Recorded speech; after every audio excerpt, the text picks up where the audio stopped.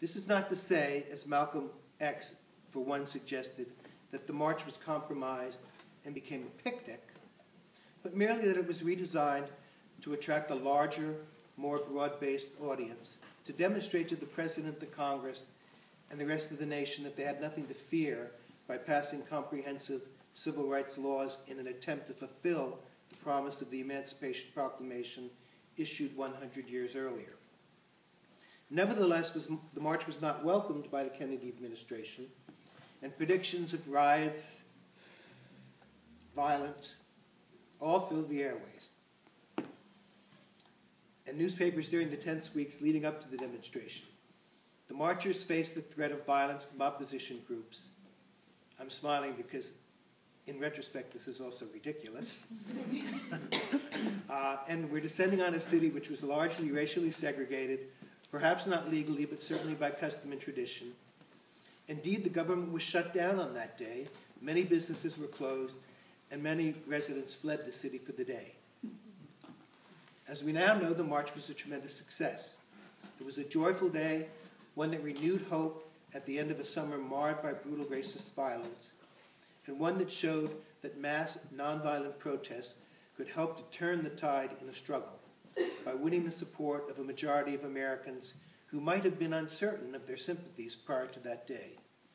It was a pivotal day because it served as a model for the larger demonstrations by labor groups, anti-war activists, gay rights groups, women's groups, and others over the last 50 years. But the march also had a transforming effect on Bayard, both personally and politically. A number of times during the decade prior to the march, Bayard's radical politics, as well as his relatively open sexuality, had been used to blackmail others into casting him into exile from the day-to-day work of the civil rights movement. This happened during the Montgomery bus boycott in 1956, when Bayard, ultimately, was ferried out of town in the trunk of an automobile. And again in 1960, when the Reverend Adam Clayton Powell threatened to go to the press with a fabricated tale of a love affair between Bayard and Dr. King, were the latter not to back out of protest demonstrations that were planned for both the Republican and Democratic conventions that year. On those two occasions, Bayard withdrew from the public eye, although he was hurt that the leadership, especially Dr. King, had not defended him. But 1963 was different. Over the protest of the other members of the Big Six civil rights organizations, A. Philip Randolph insisted on appointing Bayard as his deputy director, even while assuming the title of the director of the march. Randolph, at that time, age 73, was not in a position to coordinate such a massive undertaking. And from his long history of working with Bayard, he knew that Bayard had the skills to do what had never been done before. Bayard had, after all, organized the 1957 prayer pilgrimage for freedom that attracted some 25,000 participants, and also 2 youth marches for integrated schools, each of which brought in about 10,000 people to Washington. Randolph, with his unimpeachable character and dignity, was considered the dean of the civil rights movement, and said he would take responsibility for his choice of Bayard. So when Strom Thurmond, that great pillar of American democracy, rose on the Senate floor a few weeks before the march to denounce Bayard as a draft-dodging communist and a sex pervert, the Big Six rallied behind Randolph, who denounced this crass attempt to derail the march by assaulting Bayard's character. From that day on, neither Bayard's radical past nor his sexual orientation were successfully used to interfere with anything he tried to organize. So, largely because of the success of the march and the courage of A. Philip Randolph, Bayard went from being a man in the shadows, a brother outsider, if you will, to one who was able to step into the light and to establish his own identity as a leader. The success of the march also altered the way in which Bayard viewed the process of creating social and political change. Once the president introduced the Civil Rights Bill, the economic demands of the march were largely sidelined by a call for freedom in the form of comprehensive civil rights legislation and later the Voting Rights Act of 1965. Once those bills became law, Bayard saw the necessity to organize politically, to get people to the ballot box, and to have black Americans become full participants in the political process. This strategy did not permanently sideline the idea of protest, but it added a most important tool to the struggle for equality. When blacks were marginalized political outsiders, protest was the only strategy they had. Now that they had the right to vote, Bayard felt it was their responsibility to organize and use it to work for political power.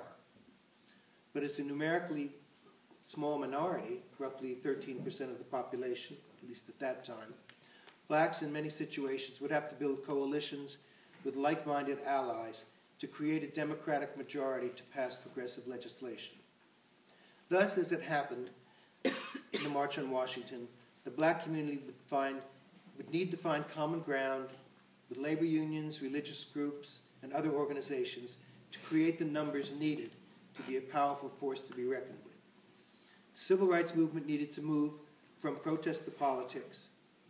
This, of course, meant compromise and working with the existing political institutions to bring about change.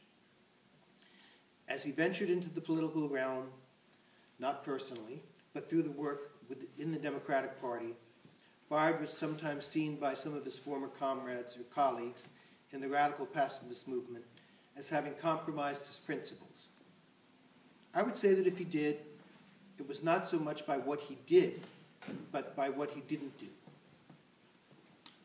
For example, while he remained a personal pacifist and was an early opponent of the war in Vietnam, he did not take a leadership role in the anti-Vietnam War movement after 1965.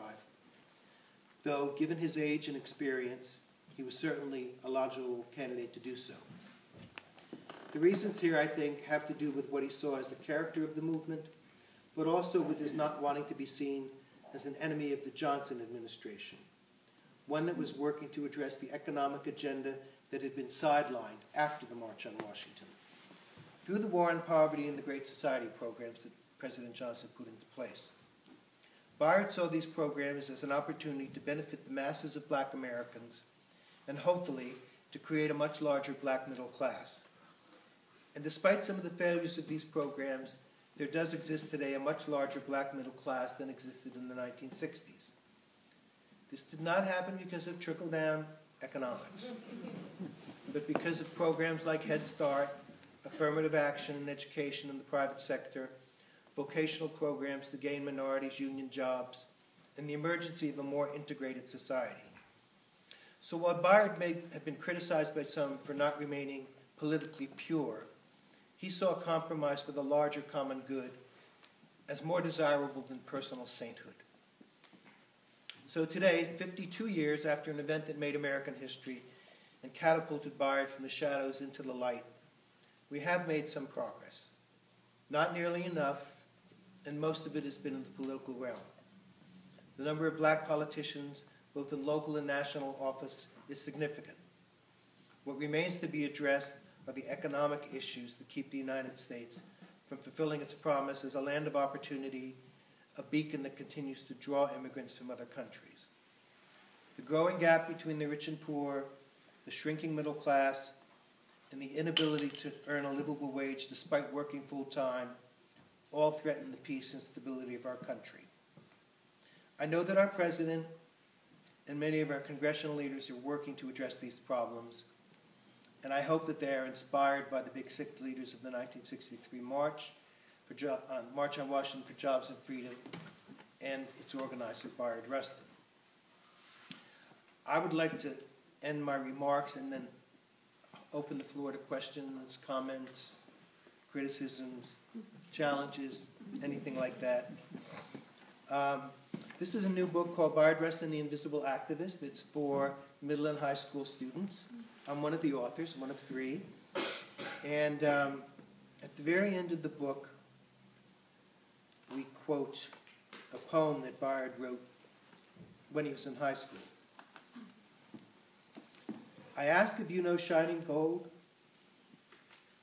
I seek not epitaph or fame, no monument of stone for me, for man need never speak my name. But when my flesh doth waste away, and seeds from stately trees do blow. I pray that my fertile clay you gently let a small seed sow. That seed, I pray, may be evergreen, that in my dust may always be that everlasting life and joy you manifest in that green tree. Bayard was not somebody who was really concerned with his legacy.